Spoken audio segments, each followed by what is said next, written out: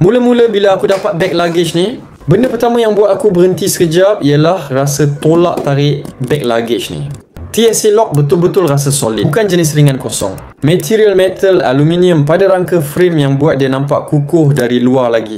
Dari situ aku dah boleh agak, ini bukan luggage biasa yang orang beli untuk pakai 2-3 kali lepas tu simpan. Aku unboxing dengan belik-belik kotak dahulu, tengok betul-betul keadaan luar. Saiz yang aku ambil ialah 24 inci, tak nampak murahan langsung. Memang sesuai untuk travel beberapa hari atau trip kerja. Bila aku angkat keluar sepenuhnya, terus aku perasan sistem pemegang dia. Handle atas jenis solid, bila tarik rasa stabil, tak goyang. Lepas tu aku cuba tarik handle teleskopik, smooth naik turun, tak sangkut langsung. Bunyi pun acceptable, tak longgar. Ini penting sebab benda ni akan digunakan berulang kali bila travel. Aku terus pusingkan roda. Licin je, tak ada geseran. Roda dia jenis pusing 360 darjah.